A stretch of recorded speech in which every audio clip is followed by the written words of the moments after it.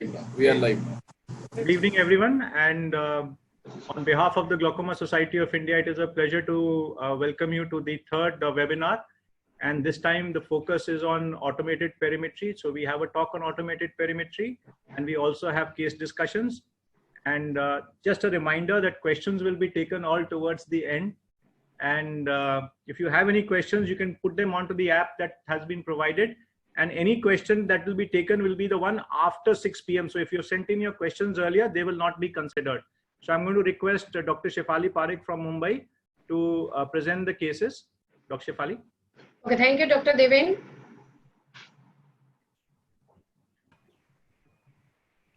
Shares.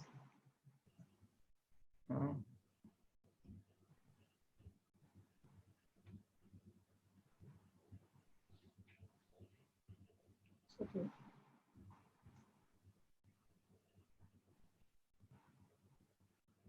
So are you able to see this screen, sir? No, it's not yet. Come on.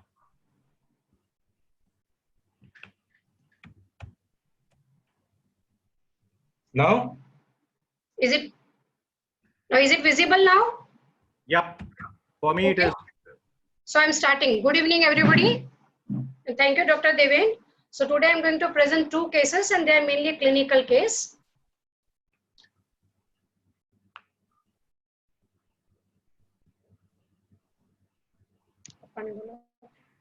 Yeah. So my first case is of a 36-year-old female patient who was referred with complaint of headache for last 5 days, and she was already diagnosed to have glaucoma 5 months before.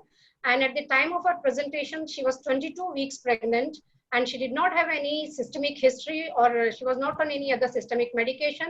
And at the time of presentation, she was in both the eyes, she was on brimonidine timolol combination twice a day, dorzolamide eye drops, and she had a history of intermittent use of tablet acetazolamide at least twice a day for last 4 to 5 months.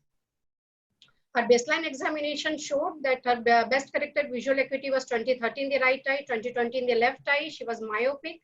Pressures were 19 and 18, and gonio showed open angles, and mainly the optic disc, it showed advanced damage, more so in the right eye. It was 0.95 CDR with bipolar notch, and compared to the left eye, which was 0.9 CDR, bipolar notch. And pachymetry was within normal limits. And her record showed that off tablet acetazolamide, her recorded intraocular pressures went up to mid-30s. So this is the visual field of the right eye. You can see on the in macular size 5, it is showing the split fixation in the right eye, while the left eye on 10-2, there is a superior arcuate. So based on these findings, we made the diagnosis of juvenile open angle glaucoma, the right eye advanced damage compared to the left eye. So just to sum up, regarding this current patient, she was elderly primipara because it was she was 36 years of age. It was a precious pregnancy. She was already reaching the end of her second trimester. Pressure were not controlled on even on the, they were borderline on the systemic carbonic anhydrase inhibitors. And we decided against starting the prostaglandin analog because anyway she was reaching the third trimester. So they were, because of her uncontrolled intraocular pressure, we chose to go for surgical option. And her surgeries were done, left eye trabeculectomy on 23rd April, and then right eye trabeculectomy was done. And she delivered on 20th of August. It was full-term delivery by C-section, and male child was born, and he was discharged with the diagnosis of congenital anomaly, that is bladder extrophy epispadias complex, or BEEC. So since then, she is following up regularly on her last visit, which she did on 10th of March 2020. And that time she was stable, pressures were okay, and her PFA and OCT were stable. So coming to the discussion part, we know that the child was born with the congenital anomaly. We also know that the systemic carbonic anhydrase inhibitor, it is labeled as the teratogenic drug by the FDA. So the question here is to be answered is, can there be any causal relationship between the teratogenic effect of carbonic anhydrase inhibitor and this congenital anomaly? Now, what is BEEC? It is basically the deficiency of anterior portion of bladder or urethra and the abdominal wall. And embryologically, it results from the failure of cloacal membrane and ingrowth of the mesenchymal tissue between ectodermal and endodermal layers of the cloacal membrane. which forms the lower abdominal musculature and pelvic bone. Now coming to the incidence, so reported incidence, it is rare. It is reported is 1 in 50,000 to 1 in 80,000 live births, and it is more predominant in males. Ratio is 2:1, and there are a number of risk factors which have been attributed. One is old age, hereditary, more common in males, and some of the teratogenic drugs which have been attributed to this anomaly is mainly anti-epileptics, and others misoprostol is progesterone, and others heparin. Now we also know that the systemic carbonic anhydrase inhibitors, it has been reported to be teratogenic and falls under class C drug. And the reported teratogenic effects are like ectrodactyly, syndactyly, even anophthalmia and macrophthalmia has been reported with systemic carbonic anhydrase inhibitors. And the proposed mechanism of teratogenicity of the CAI is basically it reduces the intracellular pH, and this reduction in this pH, which helps in maintaining the various cellular functions, including protein synthesis. And when there is pH is reduced, there is interference with this process, which may result in the abnormal development of the fetus. So now coming to our patient, this current patient, then we know that the reason for this anomaly, one may be old age because she was 36 years of age, other may be hereditary. Now I discussed with the mother, she is not aware, at least she did not give me any history, or maybe she's not aware of. Now though least likely, but the teratogenic effect of the carbonic anhydrase inhibitor in this case cannot be ruled out. The reason being, we know that this is a rare anomaly. It is seen in 1 in 50,000 to 1 in 80,000 live births. At the same time, how many mothers who are aged, who are elderly, they are exposed to the systemic carbonic anhydrase inhibitor in the first trimester. We know that the indications of the systemic CI are very, very low, like it is given only for the intracranial hypertension and glaucoma. So if you combine together, it's highly unusual that we will see this type of combination, and we will see this type of case. However, at this point of time, if we do not have anything to prove that the CI is responsible here, but at the same time, we do not have anything to disprove also. It may be a combination of these multiple factors, but we do not have anything to prove or disprove it. So since I have come across this type of case, which has not been reported, so I thought I should share with everyone. And if anybody has come across this type of anomaly, so then I think this should be something which can be reported. So to conclude, acetazolamide is classified by FDA as risk category C, and it has been shown to be teratogenic. However, there are no adequate and well-controlled study in humans, and systemic acetazolamide should only be used if the benefit justifies the potential risk to the fetus. Now coming to my second case. So shall I start my second case? Yes, please. Yeah. So second case is of a 62 years old male who was referred for the second opinion for his uncontrolled intraocular pressure on 11th of March. And he presented with the chief complaints of redness, progressive redness in the right eye for last 5 to 6 months, and right-sided frontal headache for last 2 weeks. He did not have any systemic history, but in personal history, he gave history of smoking. He had number of investigations done with him, like B-scan orbit was done, which was essentially normal, MRI orbit and brain and MR angiography was done, but they did not show any abnormality in the, there was no vascular malformation or fistula, and the blood investigations were more or less normal, except that ESR was 48. So these are the reports which were done with this, all this MRI, they were done in Feb 2020 only. So currently, on his right eye, he was using bimetoprost eye drops at night time and brimonidine timolol combination 2 times. And he was on tablet acetazolamide 3 times a day. And in between, he also gave history of IV mannitol. He was given elsewhere.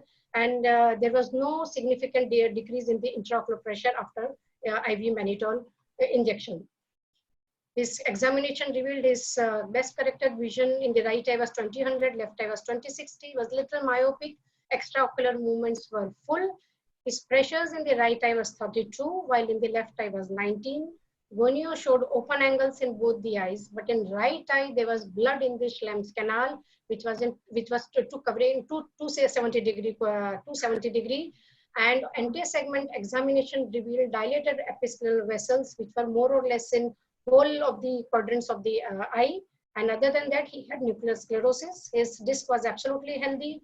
Pachymetry was normal and fields were done, which basically showed the generalized reduction in sensitivity.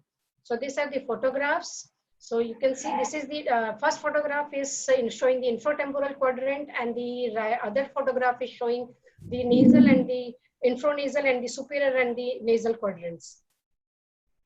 So based on high pressure, blood in the Schlemm's canal and the dilated episcleral vessels, we made the diagnosis of open angle glaucoma secondary to the episcleral venous pressure. Now there are multiple causes for these dilated episcleral vessels, and one of the important reason is arteriovenous shunt or fistula. There are other number of causes like venous sinus thrombosis, superior vena cava syndrome, Sturge-Weber syndrome, scleritis, tumors, thyroid ophthalmopathy. So we need to rule out. So what we did, depending on our clinical test and the imaging technology, the imaging that we had, we removed more or less all the causes. Like with imaging, orbital ultrasound, MRI and MRA, because they were normal, so they could rule out this thyroid ophthalmopathy, scleritis, any ICSOL, any angiomatosis, and any vascular malformation and fistula. So in the end, we were left with the pulmonary hypertension, because that also causes dilated episcleral vessel, and idiopathic dilated episcleral vein. Now, idiopathic dilated episcleral vein is a rare entity, and we can label idiopathic only once all other causes are ruled out.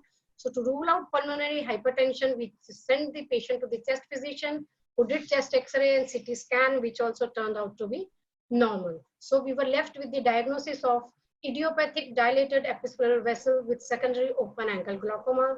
His pressures were remained high despite the systemic carbonic anhydrase inhibitor. So we decided to go for surgery. So options were trabeculectomy and AGV. Of course, we have to take care the surgery, because the chances of the effusion are very high in this case. We chose AGV, and as soon as I opened the eye, I realized that something unusual is going in. I think everybody can see, if you can see, this is the exposed area, which is actually bluish in color. And this bluish area was reaching up to where my Westcott scissors were going down, till that this bluish area was seen. So immediately I understood that I misdiagnosed this scleritis as dilated episcleral vessel. So immediately I closed and we abandoned the surgery, and we started systemic steroid. Now, since then, patient has been, I'm not able to see the patient because of the lockdown, but I am in touch with the patient on telephone, and day before yesterday, he told that he is quite comfortable, and as soon as the lockdown is over, we are planning for uvea workup. So to discuss, like, this is a little unique case, where mostly the episcleral vessels, there are reports where the dilated episcleral vein, that those cases have been treated as scleritis, but not the scleritis as the dilated episcleral vessels. Now here the confusion or maybe misdiagnosis occurred, one because it was little atypical. One, mostly the cases of scleritis, they are bilateral. Here it was unilateral. Scleritis patient, they always have, most of the patient, they have pain, tenderness, inflammation. Here patient did not complain of any pain or tenderness, or there was no inflammation. And the imaging like B-scan and MRI orbit, which showed scleral thickening. Normal in patient of scleritis, they show scleral thickening and the fluid around the optic nerve, which all these investigations, it was not seen in this. So because of this clinical and this imaging, we were not able to diagnose this scleritis. So this is atypical presentation of scleritis. And the diagnosis of idiopathic dilated episcleral vein is always after excluding all possible cause of dilated episcleral vessels. But still, this type of surprises can occur. Thank you. Thank you, Dr. Shefali. I think we'll take questions towards the end. Is Dr. Krishnadas there online with us? Yes, sir. I am there, Devin. Good evening, sir. Then can we have your talk? Very good evening. I'll just share the screen. Just a moment. Let me know if you're able to see the slides, Devin. We are able to see your slides, sir. Okay, thank you. So I'll just complete the talk. Yes, sir. Please, sir. 15 to 20 minutes. Okay. I am marked 20 minutes, sir. Oh, okay.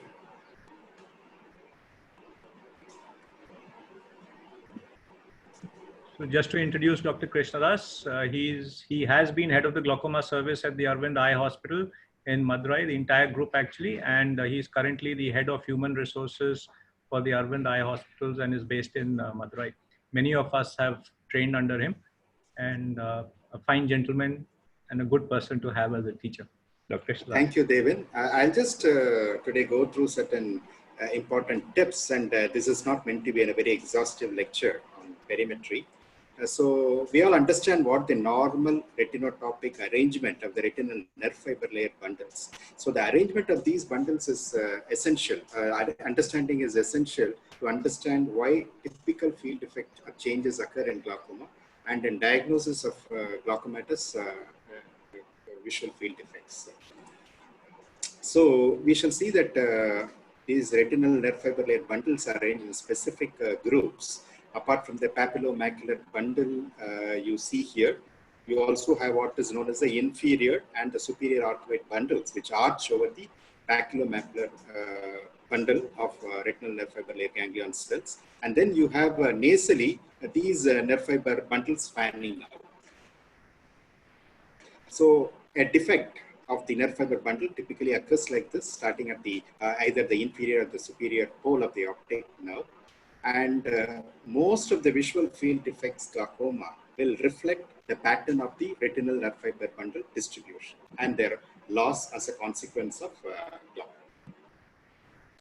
So this is from the previous picture demonstrating the inferior arcuate bundle damage, which is actually translating into a superior dense nasal depression and probably a superior evolving superior arcuate scotoma beginning from the superior pole of the blind spot corresponding to the optic nerve head and fanning out peripherally towards the nasal periphery. Note that this visual field defect is delimited by the horizontal meridian, which corresponds to the horizontal raphe, an imaginary line where the nerve fiber bundles coalesce. And this raphe is present only in the temporal aspect of the optic nerve head.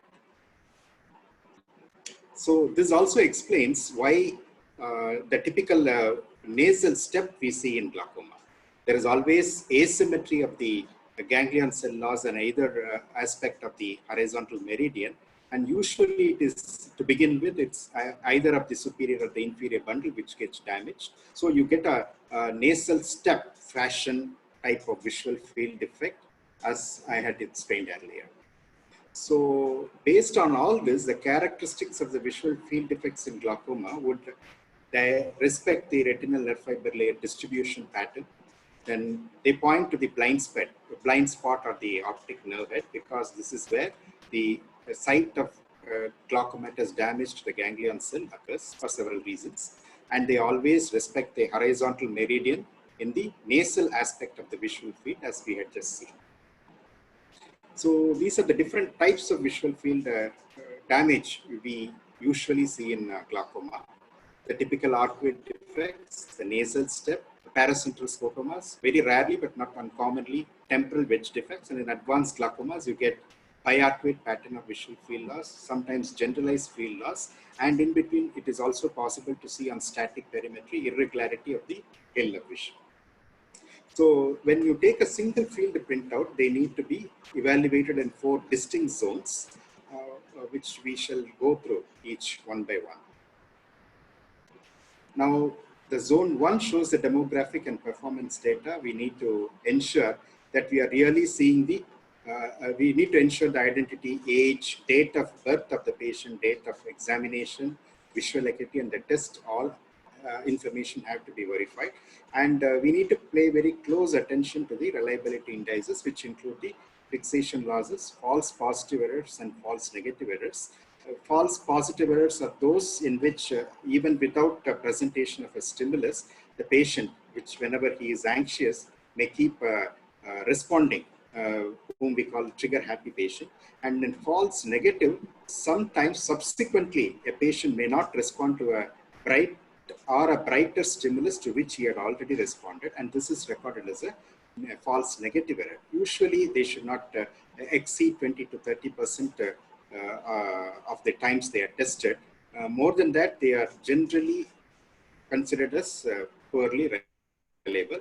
We shall go into a little more details regarding these reliability indices a little later.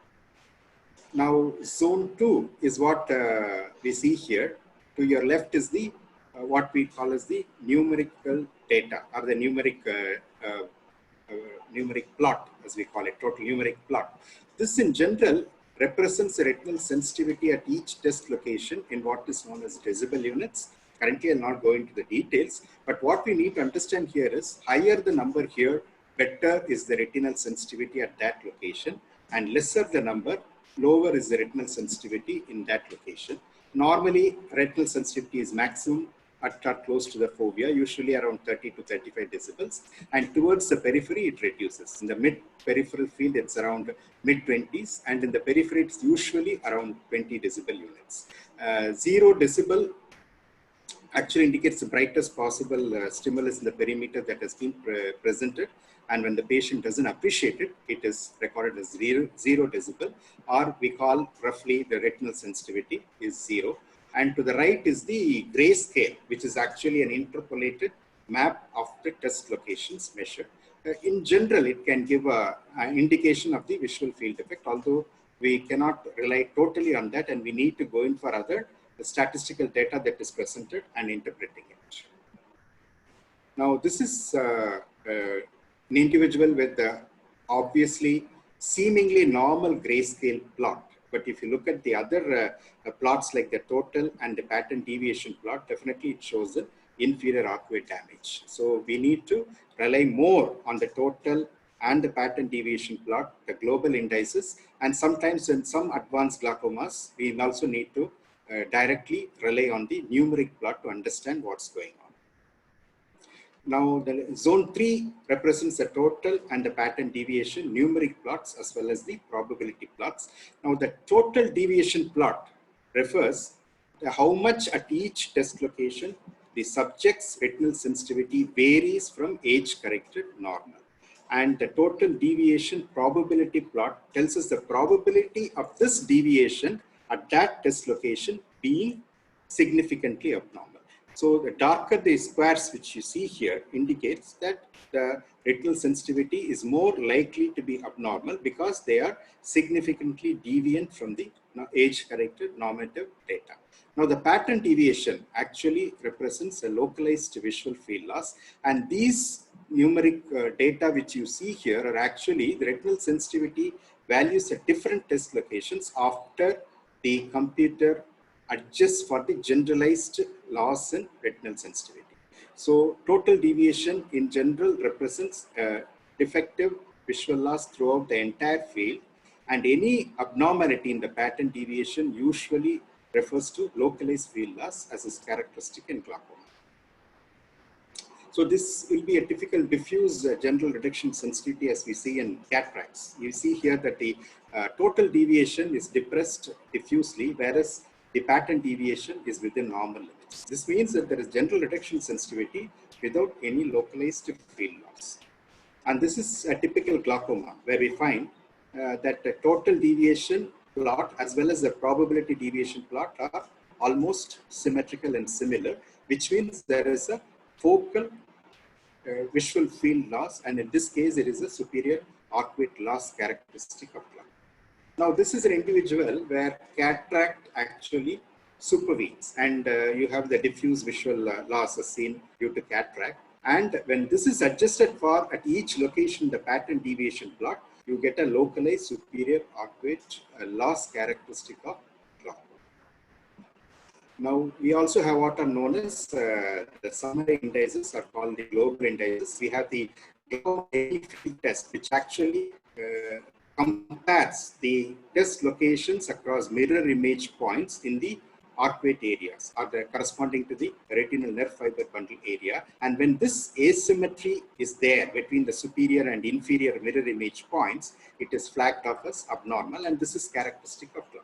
We then have what is known as mean deviation, which actually represents the average loss of retinal sensitivity across the entire field. Then we have pattern standard deviation, which is actually standard deviation of the mean deviation of the test locations. So in general, mean deviation refers to the generalized loss of the visual field, whereas pattern standard deviation is an indication of localized field loss. So in general, we need to understand that as glaucoma progresses from early to moderate stage, the pattern standard deviation increases. And after that, once it starts increasing in defect, the visual loss due to glaucoma, the retinal sensitivity loss may become more diffuse, and the pattern standard deviation may start decreasing. So we need to be very careful about interpreting the value of pattern standard deviation in diagnosing glaucoma without evaluation of the clinical picture. Yet another global index that has been introduced recently is the visual field index, which actually is less affected by cataract than the generalized loss caused due to mean deviation. And this is actually again center weighted, and the visual field index of 100% is generally denotes a normal full visual field, whereas visual field index of 0 represents total blindness. So this is one of the factors which can also be used easily to understand if there is stability or progression of the given visual field.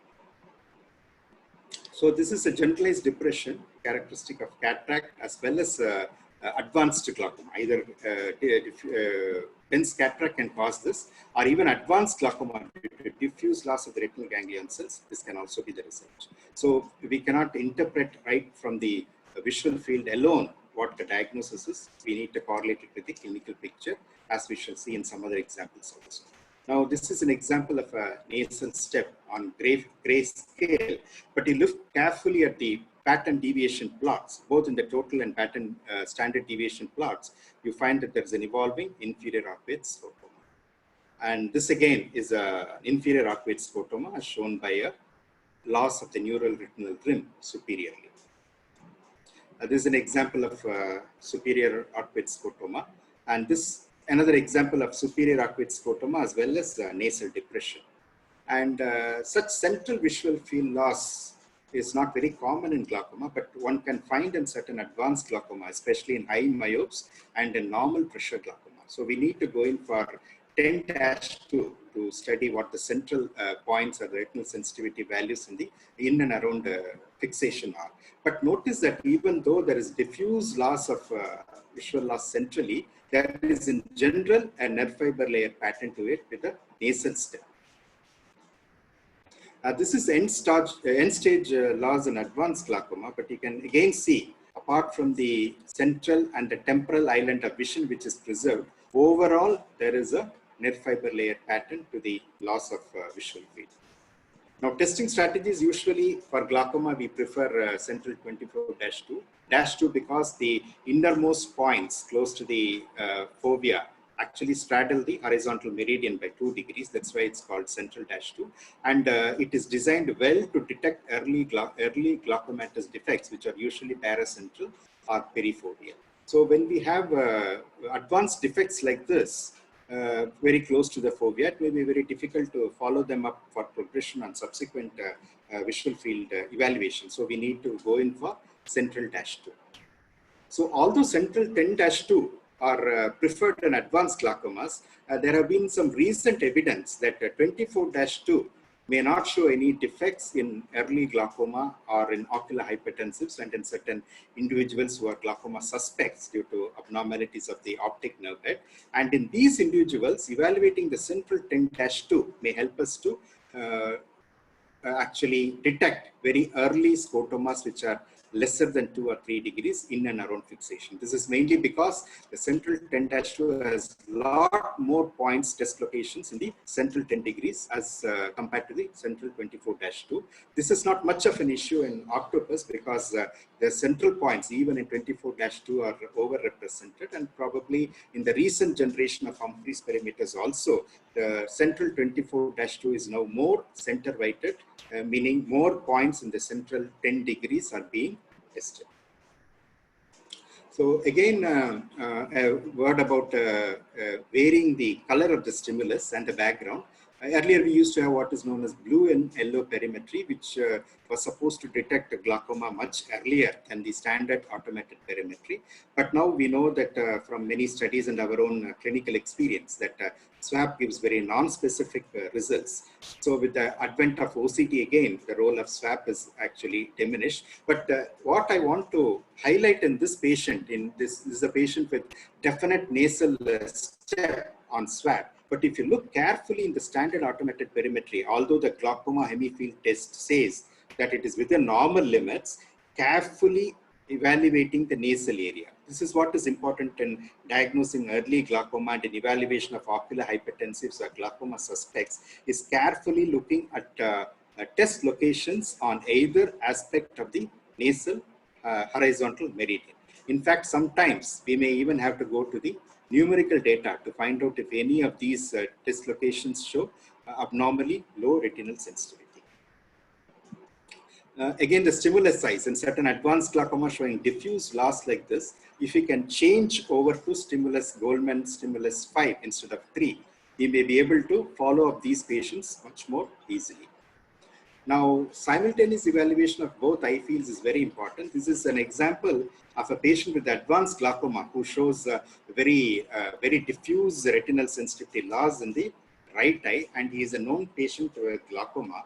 But when you evaluate the visual field of the left eye, what you see is a temporal hemifield loss respecting the vertical meridian. Now, we need to suspect more than glaucoma in these patients. And this patient on NMRI scanning was detected to have a pituitary adenoma.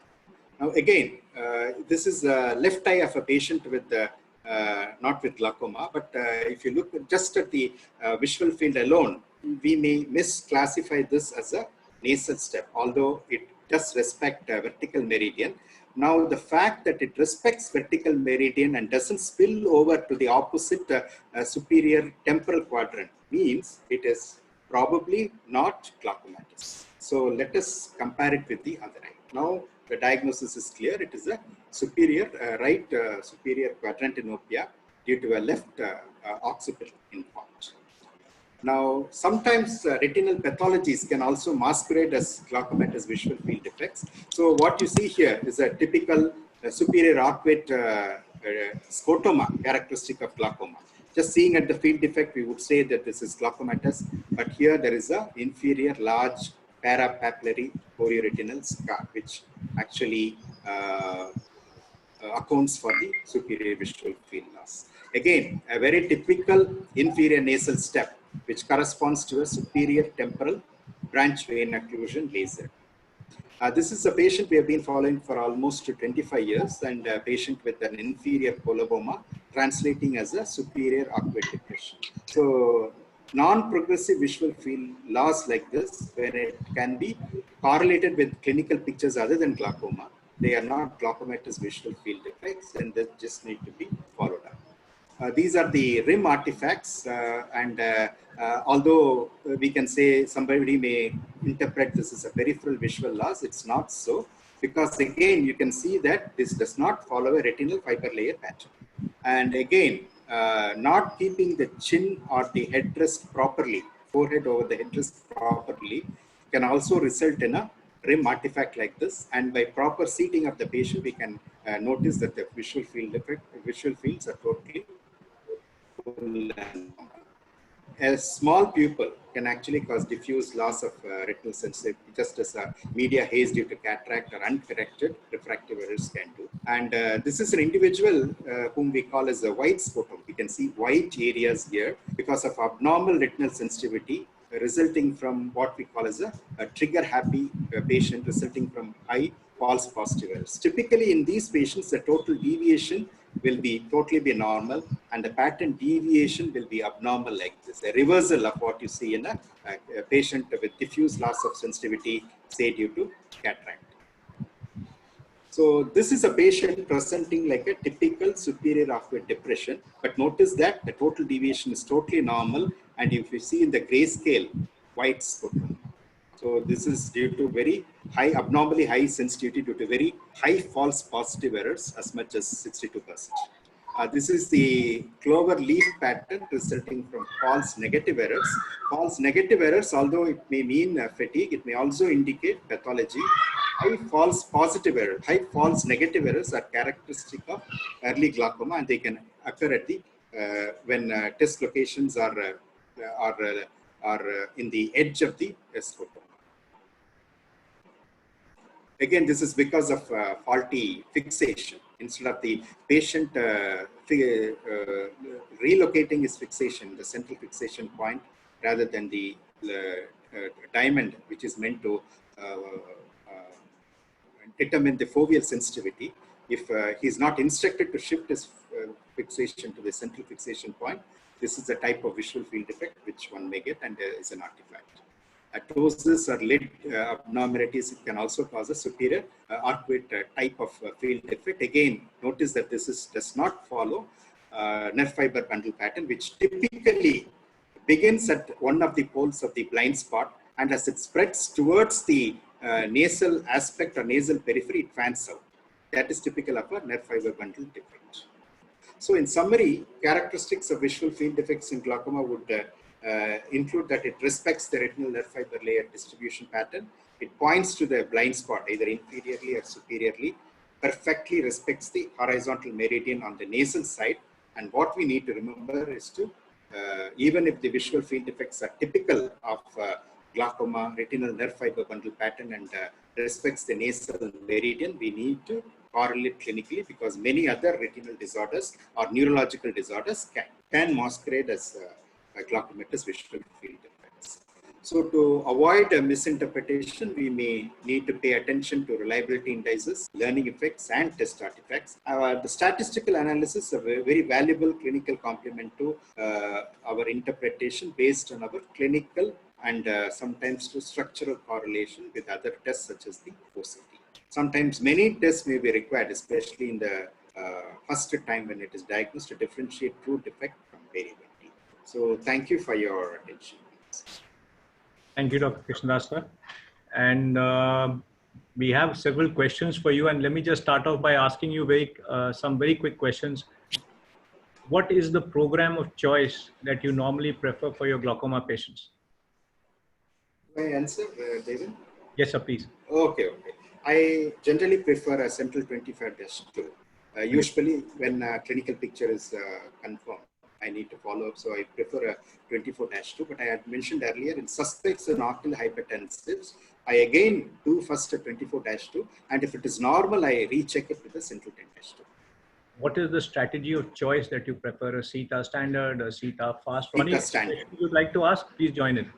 Yeah, the CETA standard is what I prefer. CETA fast is quicker, and some of my colleagues do follow it, but I believe there is a lot of variability in responses to CETA fast. What would be your frequency of testing when you're looking at a patient with, say, a glaucoma suspect, a patient who has an early glaucoma? How frequently would you like to do fields for them?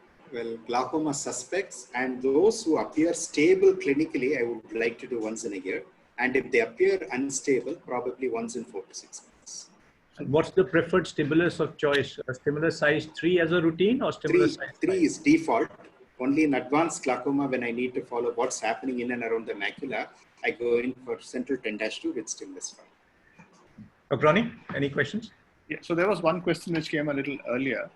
When you're following up a patient, do you change the strategy in between? Do you start with one strategy and switch to something else, or do you tend to use the same strategy throughout? It is ideal to use the same strategy for comparison, but sometimes in advanced glaucomas, just to get an idea, we do a 24-2 first. And then if it is very advanced and we need to just follow what's happening in and around the fovea, the central 10 degrees, then we switch to central 10-2. So there were a couple of questions which you actually covered in your talk, but maybe just very quickly, Sure. how very simply explain global indices was a question which came up 3-4 times. Okay. You explained it very simply, but maybe you can just repeat. No. The time factor was also there. So what's the question? Just the global indices. Could you The just global explain it? indices. Okay. Global indices. So, I thought you asked the a mean, global question. okay. So we have the total numeric data, numeric plot on the top left-hand corner. And this gives you the actual retinal sensitivity values across all the test locations, individual test locations. Now, roughly an average of all these retinal sensitivity values for that particular patient gives you the mean deviation. That's how we simply understand it. That is the mean deviation. Now, what is pattern standard deviation? Now, when you have an average or mean, you also have what is known as the standard deviation. So mean of these standard deviation values of the retinal sensitivity values obtained from the numeric plot is actually what is the pattern deviation. So these may appear a little complex, perhaps except Ronnie George. Most of us would find it a little difficult to understand. What we need to understand is mean deviation refers to is a measure of the generalized loss of the retinal sensitivity across the field, and it is not center weighted. Now, pattern standard deviation is a measure of localized visual field defect. That is why when glaucoma in the early to moderate stage, when the defect is localized, the pattern standard deviation keeps increasing until certain point. Then with advanced glaucoma, as the retinal sensitivity values start decreasing across the visual field, across the all test locations, the mean deviation actually starts increasing. Linearly it increases, and the pattern standard deviation starts decreasing because there is no more localized field effect. It is becoming more and more generalized. It was very simple that I could do. Ronnie, can you add to it? No. I think you've explained it quite clearly. We'll maybe, Dr. Ankur, a quick question to you. When would you use a 10-2 test? The 10-2 is usually used in advanced glaucomas. Like you have patients who have mild to moderate glaucomas where these 24-2 or 30-2 does well. But when we are looking at the central field, which is being more involved in advanced glaucomas, so for these advanced glaucomas, 10-2 is required. And for the follow-up also, again, we have to follow the same strategy. Ronnie, I'm glad you asked the panelists questions because one of the complaints we received from the panelists was nobody even asked them questions but called them on the panel. I'm glad you asked them questions. Please continue. One more thing, sir, I would just like to add, like also when the field is almost touching the horizontal line, so you just have to do it to find out whether it is actually having a macular split or not having a macular split. Again, you can do a 10-2 there. So Dr. Mayuri, we'll just go to the cases quickly. We had one question, Ali, can you project the first case so that the summary of that slide is available? Dr. Shefali? Yeah. Just share the So I'll just tell the summary of my first case. No, just So project the slide. Just project that slide. Just put the slide up. So Dr. Mayuri, when the slide is getting put up, just a couple of questions. No, I would like to add one to that 10-2. Sometimes when everything comes normal on 24-2 CETA standard, I do 10-2 in genuinely suspect or ocular hypertensive patients. Sometimes it is possible to get the field defect, early defect. Okay, and in fact, the newer program has a 24-2C where you can actually test maybe 10 points centrally in addition to the 24-2. Dr. Mayuri, able to see slides? Yeah, we can see the first slide. Come up, but show us the summary slide of the first case. First case.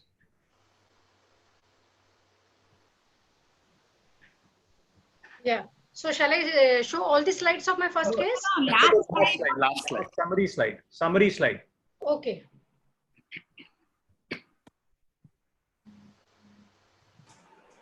So basically the crux of this case is that we want to establish whether there is any association between this congenital anomaly that we have seen in this baby and also the because this patient mother had taken systemic carbonic anhydrase inhibitor and it has been already proved that the CI is teratogenic. So whether there is any possible association or not.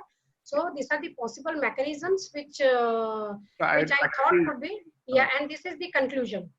So Dr. Mayuri, I'd like to ask you, have you come across anything like this with systemic acid? No, I have never seen any such cases, but what I think is, I would like to know whether she has taken it in the first trimester or not. Yes, I think she took in the first trimester. Yeah, she had taken in first trimester. Only thing is it was intermittent and it was whenever she taken at least it was 500 milligrams twice a day. So, Ronnie, there's anecdotal evidence of astazolamide systemically being used during the first trimester in most of pregnancy, and the child was born with sacrococcygeal tumor. Now, even though this is anecdotal, the potential for systemic absorption of topical carbonic anhydrase inhibitors is something that we need to keep in mind. And punctal, ideally do not use carbonic anhydrase inhibitors to be on the safer side. And if for some reason you have to, then I think the need for punctal occlusion needs to be emphasized and re-emphasized. Yeah, no, absolutely. I agree with you. And maybe in this case, particularly it was systemic use. But even with this systemic use, there is no other reports in the literature. So it's difficult to attribute whether this is actually linked to this. And I would like to add one more thing to this case. When you have a congenital defect like this open urinary tract defect, which she has described as BEEC, if you go, you need to look at the other causes of this, as she has mentioned very clearly that it is known to occur with older age pregnancy. Also, that some amount of information that I quickly saw online was that it is associated with assisted pregnancies, and this is an elderly lady. She may have, we don't know, the history is not available. But the most important thing is that BEEC, which is the in question in this case, is known to occur in 98% of cases isolated with no history.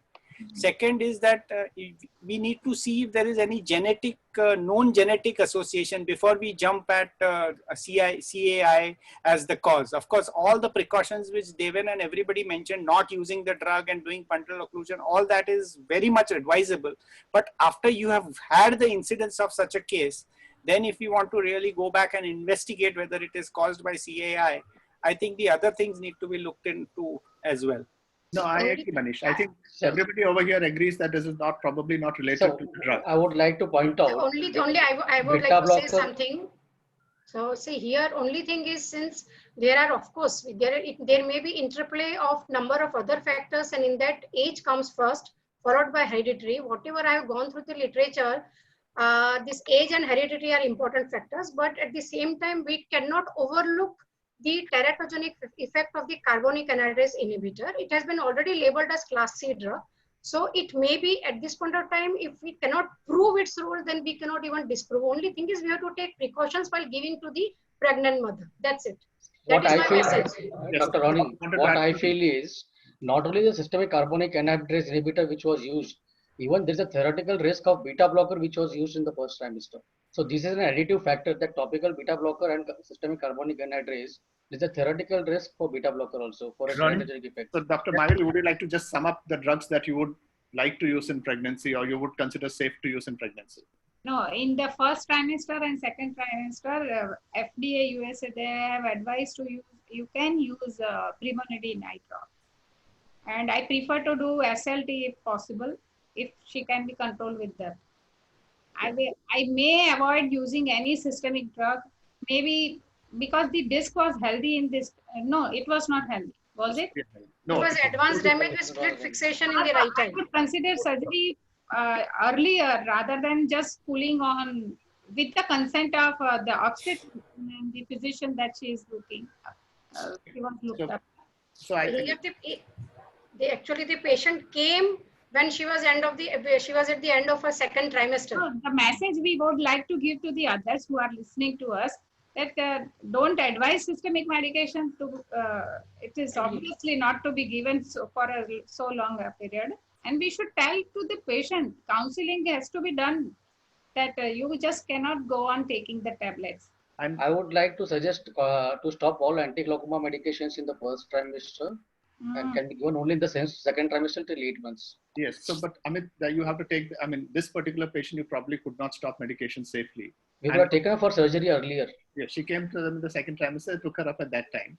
But I think what's important is that all your juvenile onset open angle glaucomas who are likely to plan a pregnancy, it's important to have the conversation with them before they land up in this situation. Yes, exactly. Should we also rope in the gynecologist into the the drugs? Like we can also ask the gynecologist as a kind of that we are prescribing these drugs with these things, so that we kind of shed off some amount of medical legal responsibility to the gynecologist also. No, I think you have to tell the gynecologist what they're on, but ultimately, unless you discuss with the patient saying none of these drugs are safe. Yeah, none of these drugs. And you document it, there's nothing much that you can do. So, Ronnie, the commonest drug which is used by sometimes pediatricians is a beta blocker when it comes to hypertension in pregnancy. Yeah, that's what I was about to say. There should be the problem in giving this drug topically if the obstetrician is very comfortable in giving this systemically. So the concerns here basically become the way that it has been classified as A, B, C, or D by the FDA. So when you're looking at a category B drug, it means that there have been studies in humans have shown that there is no teratogenic there's no effect. Well, class C means studies in animals have shown a teratogenic effect. And beta blockers come under that, unfortunately. So can we give the... My primary concern with brimonidine would be that it's an adrenergic agonist and can reduce placental blood supply and therefore compromise the growth of the child. So these are things that need to be looked at. A classification BC, we need to apply the mechanism by which the drug acts also. I agree. Can we give a clear-cut message to the audience which drug to be used, which drugs to be avoided? So if you look at... Can I say something? Yes, Shafali. Yes, see, basically all the anti-glaucoma medications, they are classified in class C, except brimonidine. Now class C means the animal studies have shown that it is phytotoxic and it should be given to the mothers only if the potential benefit outweighs the risk. While the brimonidine, which is class B, that means animal studies have shown it to be safe. However, there are no human trials which are done. So that can be given, but brimonidine, all the medication except what this dorzolamide, it should be, even if the topical, it should be avoided in the first trimester. Give a comment here. And otherwise it can be given. Beta blockers should be avoided in the last trimester. Brimonidine should be avoided in the last trimester. Beta blocker can cause bradycardia, and it can also even the infant, they can have the signs of hypoglycemia, and they can have difficulty in breastfeeding also. Brimonidine, it can cause CNS depression and the respiratory depression, therefore it should be stopped. Prostaglandin, it is better to avoid it throughout the pregnancy because it can increase the chances of uterine contraction, but especially in the last trimester, it is definitely no. But I think one thing we should make clear over here is that actually for all the statements that we are making now, there is no evidence. Because the number of patients we have with this sort of an issue are pretty small. So the take-home message is try and avoid using any anti-glaucoma medication during pregnancy. If it is at all possible, do an SLT or think in terms of surgery beyond just loading them with multiple medications. We'll just move to the second case now. Could you just see the last slide there? And Manish, I'll just ask you one question in relation to this case. What is the role of an orbital ultrasound if you are anyway going to do an MRI? So sometimes, orbital ultrasounds in MRIs, you don't see as much detail as you see with an orbital ultrasound. And you are going to be able to see the sclera as well as the choroid. So if the patient is like in this case, it wasn't seen, but usually we are able to see thickening of the choroid and the sclera when we do the ultrasound. It gives you a little more detail than you see on the MRI. MRI, it gets lost many times. Yeah, so you're basically looking for dilatation of the superior ophthalmic vein if you're suspecting an increased epithelial venous pressure. And you may not actually pick that up on an MR. MR you won't, yeah. Consistently. So this was also a very interesting case where, you had those vessels which look very, very typical for a raised epithelial venous pressure. And ultimately that turned out to be an underlying scleritis. Have any of you come across this before? I mean, this is may I ask you one question? Scleritis usually have, if it is anteriorly placed, can have a KPs. Was there any KP in this patient? It was totally quiet. AC was deep and quiet. There was nothing. In fact, the conjunctiva, normally in scleritis, there is inflammation, chemosis, there is episcleral vessels. So nothing, there was no signs of inflammation in this case. That was clinical impression, like that came first. And of course, imaging were there. So along with that, we made that diagnosis. But otherwise, it was totally quiet eye. That was which was peculiar about this case. Was there any history of any topical steroid abuse frequently? Nothing. Does not. Only thing is, patient was started this prostaglandin analog where he was somewhere else around 5-6 months back. So he was on this biometoprost, which was started initially, and then when he came to Mumbai. He went before this coming to us, he went to somewhere else. There he was started other medications, this carbonic anhydrase inhibitor and combination drug. I was just having a thought of the asymptomatic scleritis. That's why I was asking, because with so much amount of scleral thinning, raised episcleral pressure, there should be some symptoms because of which patient should have consulted an ophthalmologist. That was the thing running in my Only mind. thing is he had redness and headache. So dilated vessels with blood in the Schlemm's canal would definitely point towards raised episcleral venous pressure. One go. That there's nothing wrong in it. I mean, thinking in that way. But subsection angiography. That is diagnostic for fistula. Now, one thing about that ultrasonography, Dr. Ronnie, you asked. So about this ultrasonography, if the thickness is more than 2 millimeters, scleral thickness, then usually it can pick it up. But here even MRI was done, which is sensitive for this. So that was, if this scleral thickening was missed even in the MRI. No, the ultrasound question was more in relation to the raised episcleral venous pressure rather than the MRI, rather than scleritis. Yeah, even in IDEV, there would be some amount of dilated superior ophthalmic vein. Even in the, I mean, there would be, but the flow would be. That is MRI, but nothing was picked up. Doppler can help us, like. So now, assuming that this patient had raised episcleral venous pressure, what additional precautions would you consider during surgery? Dr. Manish? So when you have a raised episcleral venous pressure, that patient is more, you need to, you will probably land up with more complications related to the choroidal detachments and shallow ACs and maybe even a suprachoroidal hemorrhage kind of situation. So you have to do a filtration surgery that you will have to take it very guarded. Filtration surgery will be very much advisable, giving Diamox and things like that to reduce the pressures, but you will not be able to reduce that much of the episcleral pressure by giving Diamox. So you will have to take extra precautions of taking releasable sutures, tighter sutures, and then release them a bit later and things like that to avoid those complications. But still the rate of complication is high. Now there is one more option of doing a decompression of the episcleral vein, which I have not had that much experience in episcleral venous pressure kind of cases in doing that. Yeah. So you could consider doing a prophylactic sclerostomy because the primary concern on table is an effusion. Or you could consider what Shefali was planning, which is to put a tube in the eye, where again you're not opening the eye too much. So those are the two options that you would normally consider in these cases. And would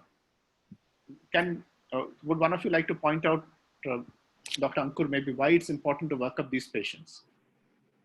Some of these patients can actually have these fistulas, which is important to actually kind of document. There may be low flow fistulas, which may not cause proptosis, bruit, and they can still have these raised episcleral venous pressure. Plus, these raised episcleral venous pressure usually causes significant visual damage. I mean, the optic nerve damage. And also, like, we miss this uveitis and thyroid and all those things which are to be ruled out to actually come to this IDEV as a diagnosis. But we need to actually work these cases out in a detailed way to find out what is the cause of raised episcleral venous pressure. We need to attack the cause also. If we get any cause for this raised episcleral venous pressure, we need to attack the cause first. When we had a very interesting study which was pointed out at I think by the LVPI, where they had these recurrent cranial nerve palsies, where they had this low flow fistulas coming in later on. So, I mean, these things can come up, and they did not have a history of trauma and all these things.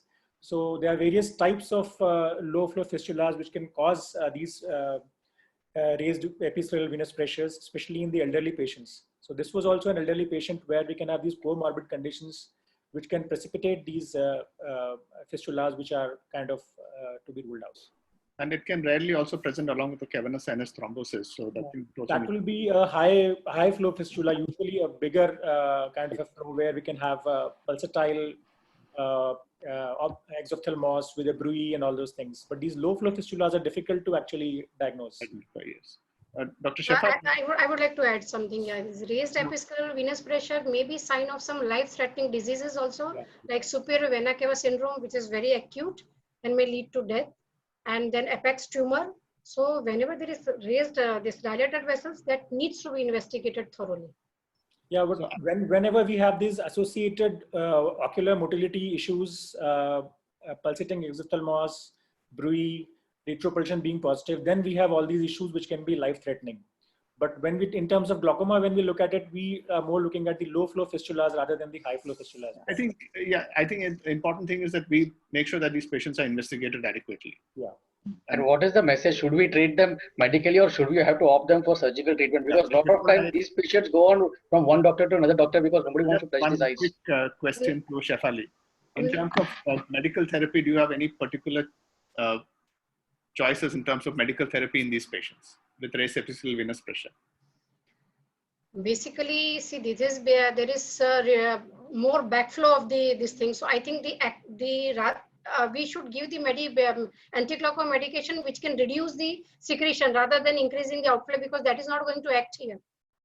So Ronnie, I think beta blocker. Shefali, we are close to time, so let Ronnie wrap up and just give the take-home messages, so that we can end for today. Ronnie. So I think we had a good session on perimetry and a couple of very interesting cases and some good discussion. I think the take-home message is in pregnancy, if at all possible, have the discussion with your patient before they become pregnant. Avoid using glaucoma drugs in pregnancy if you safely can. Do an SLT or something else. If you're looking at raised epithelial venous pressure, it's important to investigate to rule out a cause. In terms of medical therapy versus surgical therapy, some of these causes, if you address the cause, the disease will go away. So if you can't do that, then some of them you can control medically. Occasionally, you do need to operate with appropriate precautions. And I'd like to thank both the speakers and the panel for a very interactive session. And I apologize. I think we've got some concerns about the quality of transmission by some people. So I apologize in advance or after the session for that. Devin, over to you. Thank you. Thank you, everybody. Again, thank you, panelists, and thank you, Dr. Shefali and Dr. Krishnadas. We'll be back next Friday at 6 o'clock with another session of the fourth session of the webinar from the Glaucoma Society of India. Thank you very much till then, and good night. Thank you, Dr. Deven. Thank you. Thank you. And bad news is, Deven, third lockdown has started up to 17th of this September. Deven ji,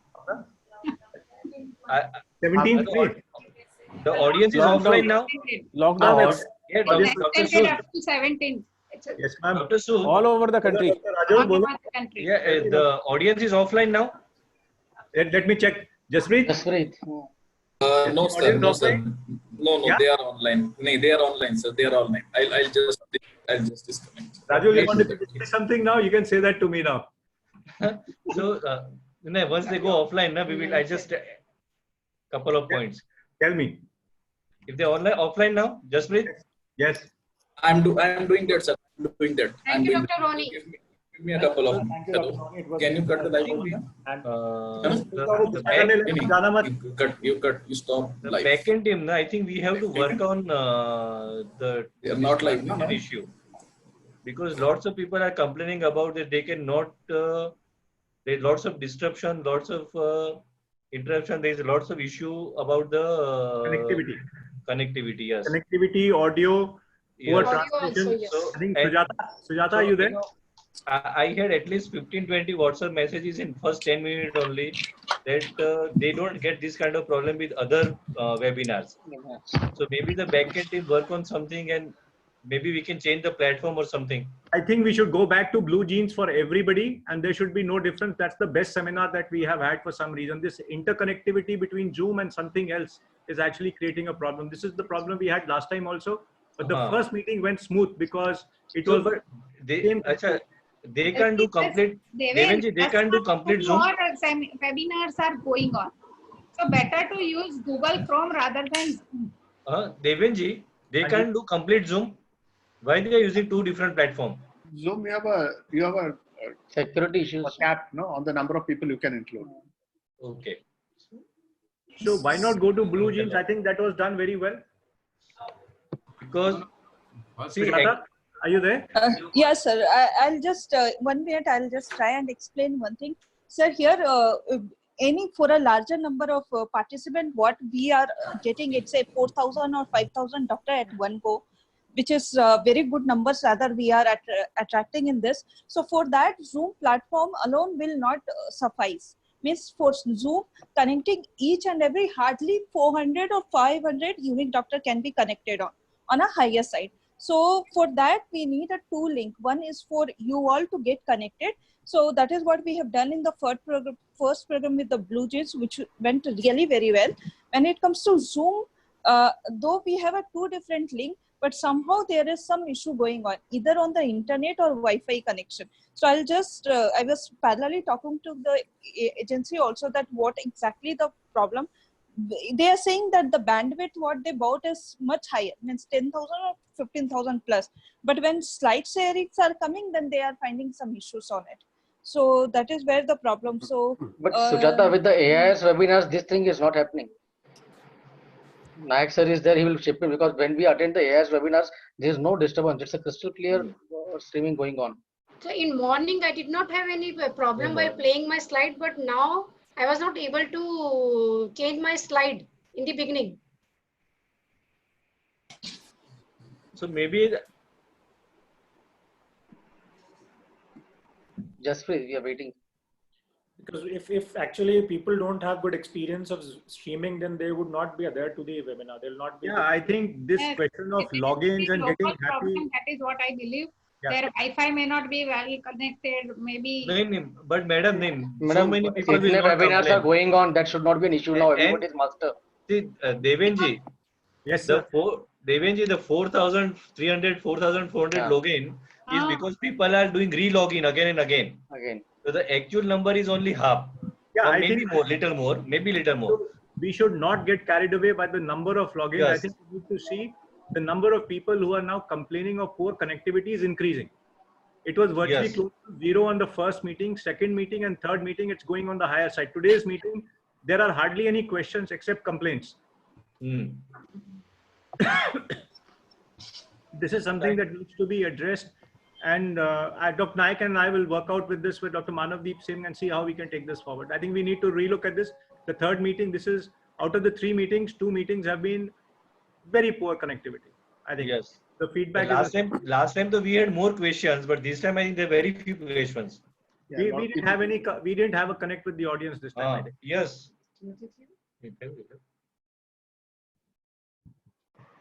Dr. Sood. Yes. Hello. Yes.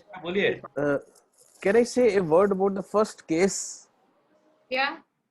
The first case was given systemic acetazolamide, and systemic acetazolamide is very well known to cause growth retardation, and maybe because of the division of the cells. So that division of the cells could have been stopped at a time when that portion of the body was getting developed in the embryonic stage. So maybe that could have been the reason, and anything can always be first. So you report this case so that in case anybody else comes across a similar case, then it becomes, as an evidence that yes, carbonic anhydrase inhibitors can cause this kind of this particular congenital problem. Yeah, actually I discussed with the mother, but she is not willing to report it. Okay. Because it goes on the database. To wrap up, and Dr. Nayak and me and Dr. Manavdeep Singh need to mull over this. I think there are a lot of serious thinking we need to do, Dr. Nayak, and let's just do this. So thank you everyone, Dr. Krishnadas sir, Dr. Shefali, Dr. Ronnie, all the panelists, Amit, Ankur, Dr. Mayuri and Manish, thank you for being here with us. And thank you. Thank you, sir. Work out on the feedback that we have received, and we look forward to a better session next Friday at 6. Do join in. And the lockdown has been extended by another 2 weeks. Like Maharashtra, no? No, not in Maharashtra, all over the country. It's all over the country. All over country? Yeah. Zone wise. So you can have more webinars. Bombay people are very happy because they are getting mangoes freely. हम यहाँ परेशान हो गए बैठे हैं. Now we have to have a webinar on that cooking stuff and all that. Just like Sangeet Setu.